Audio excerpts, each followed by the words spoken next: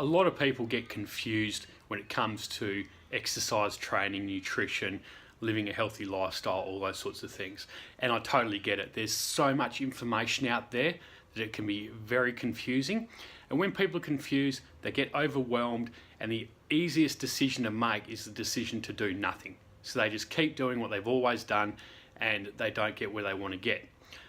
So that's why I try and make this program as simple as possible. The nutrition guidelines are nice and simple.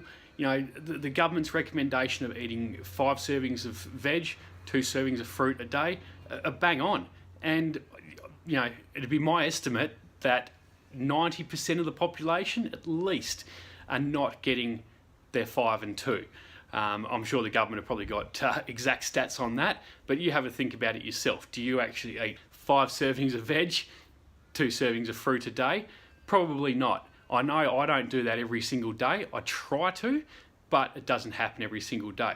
So the easiest way to get through confusion, or to not be confused, is to take everything in its simplest form. Ask yourself, what would this look like if it were easy? And get those basics in place. So those 5 servings of veg, 2 servings of fruit as your basis. A focus on protein. Okay, so getting in sufficient protein for your size. You know, they're the basics. If you construct your nutrition around those 2 things, you're going to be way ahead. You're going to be well on your way to achieving your goals. And then throw into that as well, eating sufficient calories to sustain exercise or to sustain activity, but not body fat. So what does that mean? It doesn't mean you have to count calories, but calories do matter. I heard an analogy a while back where someone said that counting calories is like driving a car, in that you don't have to watch your speedo all the time to know whether or not you're speeding. You can gauge that by how it feels, by the cars moving around you, that sort of thing. But if you start to rack up some speeding tickets, you might want to occasionally check in on your dashboard and check that speedo. So, you know, in relation to food, you can get by on how it feels, you know, how the quantities look, how your body looks, and, you know, your results, how they appear. But if you've noticed yourself gaining weight, losing weight, feeling like shit, you know, low energy, your results in the gym aren't, you know, progressing, then you might want to check in with your calorie intake and count calories for a week or 2 weeks. See how that goes and just see where you're at. I do it every now and again. I'll count calories for a week and see where I'm at. I'll use MyFitnessPal, plug everything into there, and it gives me an idea of where I'm at.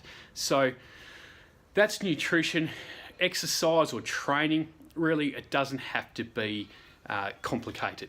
It's about moving your body regularly, doing exercise that you enjoy. If you don't enjoy doing something, you're not going to do it. Making it a priority in your life. So putting it in to the times in your day when you're going to do it. Okay. No point scheduling it for a time when you know that you might blow it off. So that might be after work, or it might be in the morning if you struggle getting up in the morning. Schedule it for a time that you know you're going to do it. Pop it in your diary and make it happen. That's really all you can do with exercise or training. It's not going to just magically happen. You've got to make it happen. And if you enjoy it and you make it a priority, it's more likely to occur. And as I've said in a few of these videos, the more often you do it, the more often you instill that behavior, the more it's going to become a habit, and the more it's going to be just a regular part of your life. So if you're confused about anything, rather than getting overwhelmed, break everything down into its simplest form and ask yourself that question: what would this look like if it were easy?